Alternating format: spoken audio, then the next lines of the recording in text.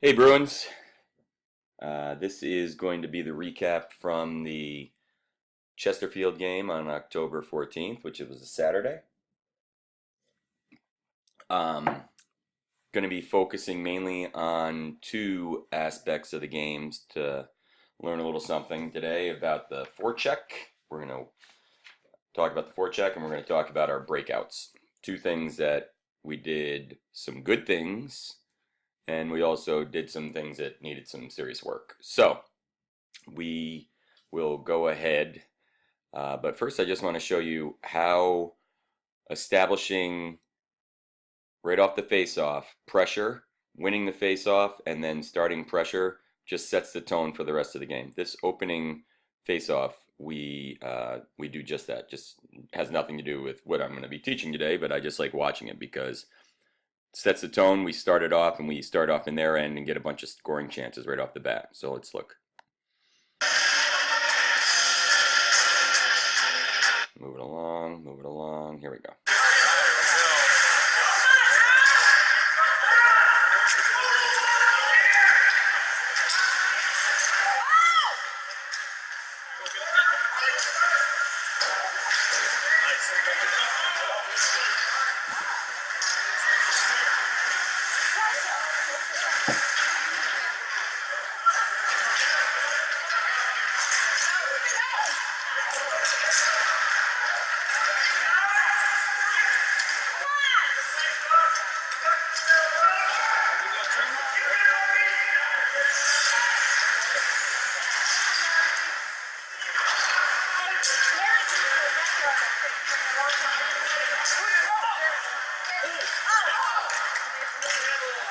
That's pretty darn good stuff.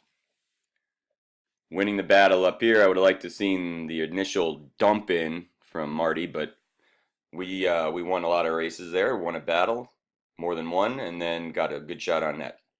Okay, we're gonna jump to the forecheck first, and the general theme that you're gonna hear from me today and over the course of the year is that we need two people on the forecheck, two people hard on the puck.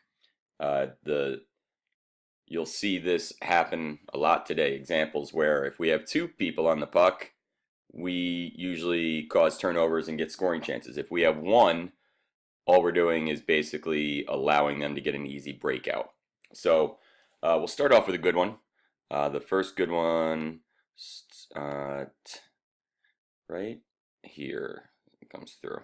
So you will see we're gonna start the pressure here. We get a shot, and we actually get two people on the puck, and we get some scoring chances here. So let's look. Boom.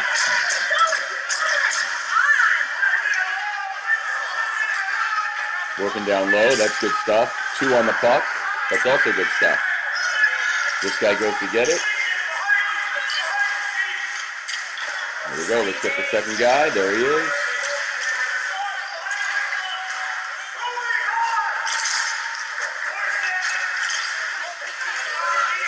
Good job getting it back down low, and let's start it again. Right there. That's where we could have done better. So up until then, we've been doing great. We had good pressure, we put it down low. Here's F1. This has got to be the F2. And this F2 doesn't go at the puck. He thinks about cutting off the pass. So let's watch. Like, boom. Uh-oh, it's by him. And now it's to X. We got lucky there that it was a weak pass and Xavier was able to get to it. But once again, let's read the play.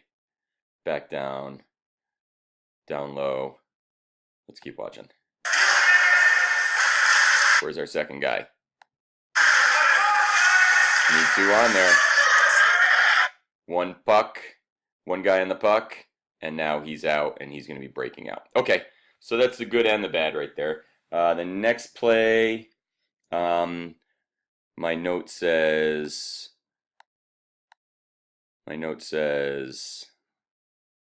Xavier needs to skate at the puck carrier. Coasting equals no bueno, and you'll see it. No bueno. The idea with the forecheck is to really put a fear into the puck carrier so that he screws up. If you're coasting, you're not going to be putting any kind of fear into people. You're allowing them time and space. The whole idea is to get rid of their time and space, limit that. All right, so here we go.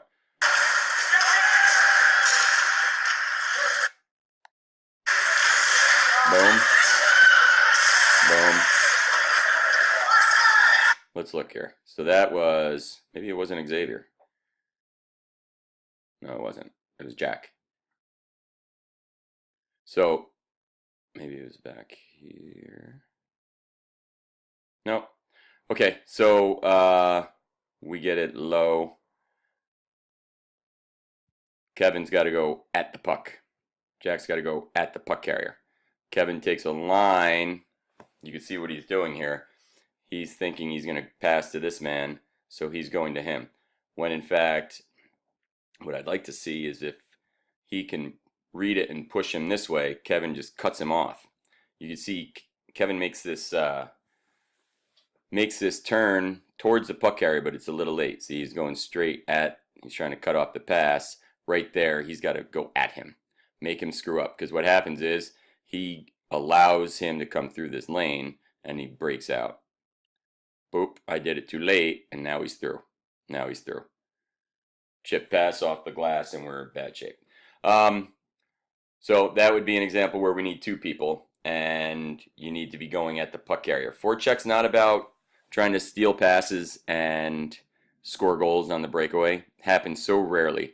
What happens most of the time is you're driving at this guy, he's driving at this guy, he coughs it up, and this forward coming in late is going to be the guy who scores the goal. It takes three people to do this right. If everybody thinks they're going to be the guy up top who's scoring a goal, then we're in trouble. All right, one more. Let's see, 13:57. Da-da. Okay, so we start out in our own end really nicely, and we make a good weak side pass. Unfortunately, we kind of enter the zone flat, and by doing that, you're not getting much of a forecheck at all. You've got like a line of bubble hockey players, like in the bar. So we see here, we get a good, comes out, Brady sees it, whips a good hard cross-ice pass, and as we go, you'll see, look at who's F1, who's F2, who's F3. We don't know because they're in a line. Let's continue on. Because of that, nobody knows who's supposed to be going to the puck, right? Where's Marty? Is Marty supposed to be here? Is Jacob supposed to be going for it? Whoever's closest needs to be on that puck. So it's one. It's going to be, I think it's Drew here and Jacob here. So instead, we're coasting. Go right at him. Boom, right at him. Boom, right at him. Makes the breakout pass. And we're in trouble. Next forecheck, you're going to see a lot of this one comes with being able to read and react. There's three plays on this one forecheck where if we pick our head up and look, you could be able to make the right play. It seems like we reacted in this instead of reading it first. So starts here, basically getting the puck here on this sideboard. There's time to walk it out, time and space, but we kind of panic with the puck. So let's look. So right here, I think we were coming in trying to pinch, but there's nobody on you. So there's actually time to pull that off of the wall and make a walk into the lane. You've got the house wide open here, but we don't. We dump it deep. So when we see that, Jack has to make a direct path to seal that other side of the wall. So Jack's right here. He's got to try to get down low. So he sees where the play is going. This kid's obviously going low. Instead of going at, we need to seal here, right? He's moving in stride. We got to kind of close that kid off. Kevin, who we'll see is on this side, he's got to read the play also. He knows the puck's coming this way. He can cut it right off and either walk it out or do whatever. Read that play that it's coming to him and give him, I'm going to say give him the benefit of the doubt because he is going to the front of the net, which is fine. But that's where if we have our head up, he's able to seal this right off and go get it. He ended up, oops, it's behind me. And then I think he just went for the change, which is probably another reason why he didn't make that play right off the bat. We were probably calling for him. But the fact that it started here where we're giving up control of the puck. If we're giving up control of the puck, I need two guys chasing that. So Panico gave it to this guy. He got position. He put it through. Kevin vacating that spot to change probably hurts us. And with one ring around to the weak side, they're able to make a pretty sweet little breakout of their own. Make the ring out, see the weak side, and they go. Luckily, they can't catch a pass. Okay, and I think I have two more. Hang on one second. Okay, so this next section, you're going to see pretty good effort on one single part. One person actually ends up taking the puck away, but it's the pressure of these two guys that make the crappy pass for this guy that allows him to be turned, and we end up reaping the benefit here. And then Panico unfortunately gets robbed by probably the save of the year so far from what I've seen. So let's go. So we start with pressure coming at him. He does some bang pass. Boom. AJ. Oh! We got to watch that again. So we pressure the bank pass, which is good. This kid doesn't really handle it well. AJ's on him before he can do anything. Panico does a great job of getting to the scoring spot. Stick on the ice. Good pass. Just the goalie makes an unbelievable glove save. So that's pretty good. And then my last forecheck, my notes say 2 guys hard on puck equals turnover and a good scoring chance. But then 25 seconds later, 1 guy on puck and they come very close to breaking out. A good team would have broken out on us. So we'll see. Da-da-da, da-da-da-da. Okay, so here we go. So 2 guys on their puck. Here we go. Pressure. Pressure. Boom. Almost. Play continues. 25 seconds later. We don't pass. Just to reiterate, we don't pass to the far point ever. Our play here is to bring it back down below and cycle to our man who's open here. Just for future. That doesn't have anything to do with the forecheck. That's just a little offensive help for you. You've got your guy there. Your play is to come out, cycle it back, open up towards the net, and he'll give you that pass. Instead of making that dangerous pass to the other guy up front, the far point. That's a big no-no. The middle point doesn't get a pass from that corner. Luckily, they put it back down low. Here you go. 1 guy on the puck, not enough. And they should have broken out there. Because only 1 guy on the puck, that kid should have handled it and given the pass over. So that's the main idea here. 2 guys on the puck on a forecheck as hard as you can, loosening that guy from the puck. 1 guy equals usually a breakout for them. Okay, moving on, we're going to be talking about breakouts for the next bunch of clips. A lot of it comes down to being able to read the play again. Most of our mistakes happen on our breakout when we pressure or we skate into pressure and we try and make a pass to a kid who's already covered. So let's take a quick look here. So here's our first example of our breakout. This is self-inflicted here. We win a face-off. We win it right to him. The play is down low to our defender who can then either rim it to the weak side or skate it and break it out to the weak side. Our play, the mistake we make here is we actually skate right into the pile. Trouble. Excuse me. There's no play there. This is where all the junk is. We want to be moving to time and space. So skating into it, losing the puck, and they end up dumping it back deep again. Once we get moving here, you'll see our wingers kind of have to get to the hash marks. They do a decent job here.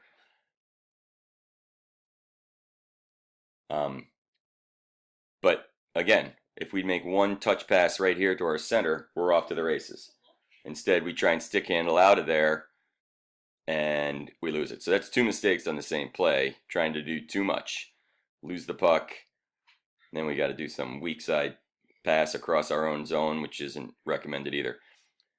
This center's got to be screaming for it. Touch, touch. Or yesterday we learned how to chip it off the glass to this guy swinging through. So both of those would be a good option. Way better option. Probably a little too far away to be chipping off the glass. So just moving it across to our center here as he's flying up. That's the play. Okay, the next one is 30 seconds later. Weak side pass. This is problematic because we didn't actually make the weak side pass. Instead, we put it right into the middle, softly. That was another problem with our breakouts on Saturday was we were doing baby gap passes. We need to get a little stronger with these passes. They need to be hard, like really hard. As hard as you shoot, only flat on the ice. This is a flick into the middle that a good team would have probably had a good scoring chance. The fact this kid can't get onside and you guys are interfering with him helped us. But the play here, pick your head up. You could chip it off the boards ahead. If you're going to make that, see, you're a little far to make that weak side pass, but if you're going to make it, it's got to be harder. That's baby gap. Okay. This next one, my note says, not bad. Not bad. Let's see it. Okay, so we come out from below the net. That's a good pass. Good move here. Gets rid of it quickly. And we're off to the races. It all hinges. Good flick there. Lots of space. This all hinges on a good toe drag here. If you get beat here, we're in trouble. What could have happened, I mean, it's good that Marty is flying. That's good.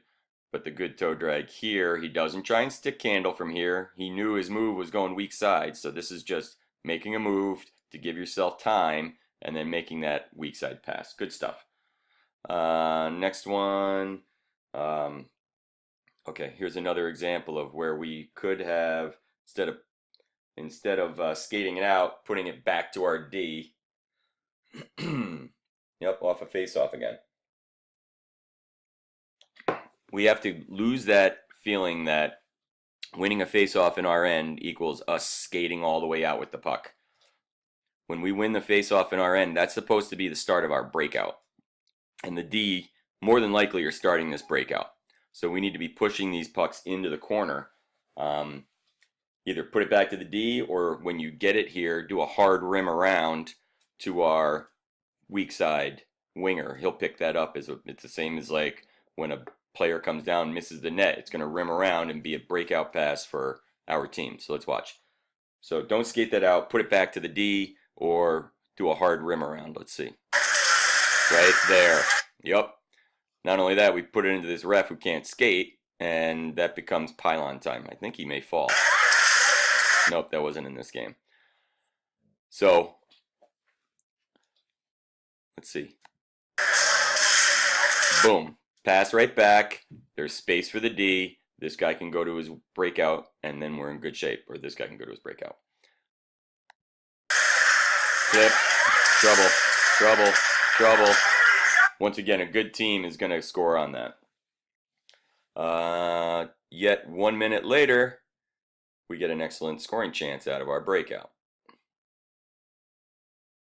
Here it is. So this is really actually a perfect breakout. This is an example of a perfect one. So we're here. Good pass. Love it. And that's an excellent example that these weak side passes, if they're hard, they don't have to be on the stick. This is a great hard pass. It actually ends up behind Kevin, but it uses the boards and comes out right in front of him. It's a great one. That's also a great Bobby Orr right there. I wish I could stretch that. Okay, so here's the next one. So this one is another play where we need to read the play. And I actually, is that the one? No, it's this one. I want to go back to here. I want to go back because it looks like I'm picking on our D a lot here. But let me tell you, as a goalie, this person here is the most important person, one of the most important people in the breakout. Why? Because he sees the whole play, he sees every coverage, and he should be yelling out instructions. Okay? This is a play where Madeline's got a head of steam going and her head is down. It's Sean's job to tell her the word reverse. When we yell reverse as a goaltender, your defender knows I can either hit the brakes and go back this way, or I could just slam it back. Hard on her forehand. She's on her forehand there. She could just do like a hard cycle pass along her own boards, and we can pick it up. But it's the goalie who's got to be yelling. You can't be a spectator here. Other terms for you to be yelling: if you see she's got the space, you should be yelling skate, skate, skate, or wheel, or whatever would tell her to move fast. But the fact that you see that this guy is moving here, you need to tell Madeline that she needs to reverse that puck, because she skates right into danger and loses the puck. No good. But that's kind of because we didn't really give her an option. Also, there's no one really there too late. This winger needs to be deeper, right? Winger needs to be deeper. Center needs to be coming down and following that puck. So he is shadowing that puck so that he's an escape, right? He comes through. If she's able to make that pass, you're on this side of this kid getting a touch pass back from him. So, Sean, as a goalie, you've got work to do on the breakout also. Here is another good one, example of a good one. Don't get dizzy, it's almost there. Okay, so this is a decent one. Drew gets nice and low on this one. Maddie goes to a good defensive position in front of the net. We make a good weak side headman pass, and we get a scoring chance. We just need our wingers, you'll see at the end, our wingers need to be have a little more nose for the net and not be afraid to get dirty, meaning get to the front. So let's see. So we have no pressure, so that's always a good thing. See what a no forecheck does? Getting back to forecheck, if we have two people banging us here, this is a troublesome pass. But we have so much room and so much time and space. Perfect.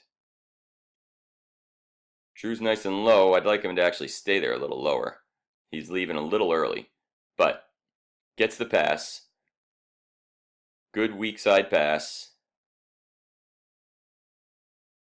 Kev leaves him in the dirt. Right here is where I need Kevin to just put his shoulder down and get to the front. And it's not just Kevin. It's just Kevin in this video because he got sprung so many times. But this guy's got to immediately get to the front. This guy wants to push you into the corner. We can't allow that. Okay? See, that's almost wasted. Won't say it's wasted because it's on net and we cause a little havoc, but it's so much better if you take that, you put the puck on this side of your body, Kevin, and you put your shoulder down and you just drive to the front. Drive to the front. And this guy will either let you or take you down and get a penalty. That's the best thing that can happen. So let's go back and watch it right from the beginning so we could see it's a really decent little breakout.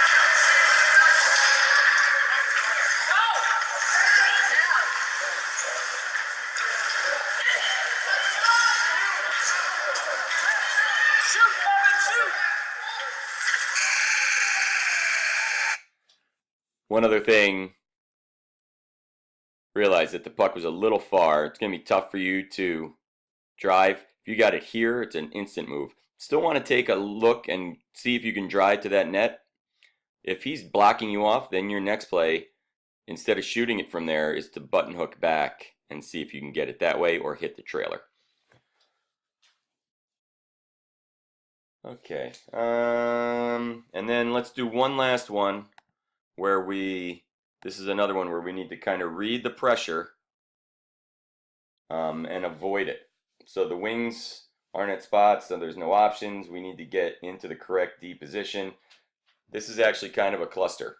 The center and the wings are trying to do each other's job. This is an example of kind of things going haywire. Now, you can see we probably just came off of a change. Nope, we didn't. We lost the puck on a no forecheck, and now we're in trouble. So let's see.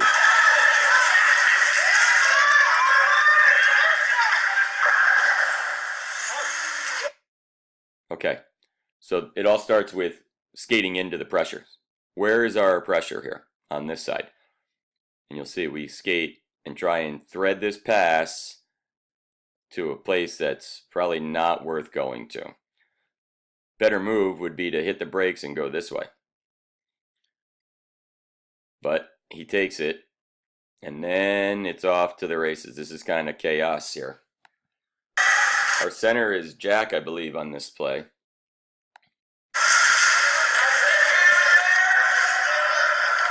But Jack's not supposed to be the guy up there. This guy's supposed to be the guy up there. These are our 2D, I think. Let's see. Yeah. Okay, Ethan engages. Brady's in a good spot. Oh. We're in trouble there. Glass and out. This guy's not on against the boards. That 100% is going to get out. How do we know that he's not against the boards? What does he have to do? He has to pick his head up. This guy has to pick his head up. So I like that he's looking to go weak side, but that's a tough pass to make it through here with a guy here and a guy here. And it's worked, but it ends up hitting his stick. We end up under more panic attack. Uh-oh. Thank goodness. And he actually didn't have possession of the puck. Okay. Oh my goodness. All right, we're going to leave on this last one. Yeah, this one was tough to watch. Here's my notes. It's tough to break out when all three players are behind the net. So let's look here. Okay, so that's 1D here. The other D's here. So let's watch. Okay. So far, so good. Who's my center here?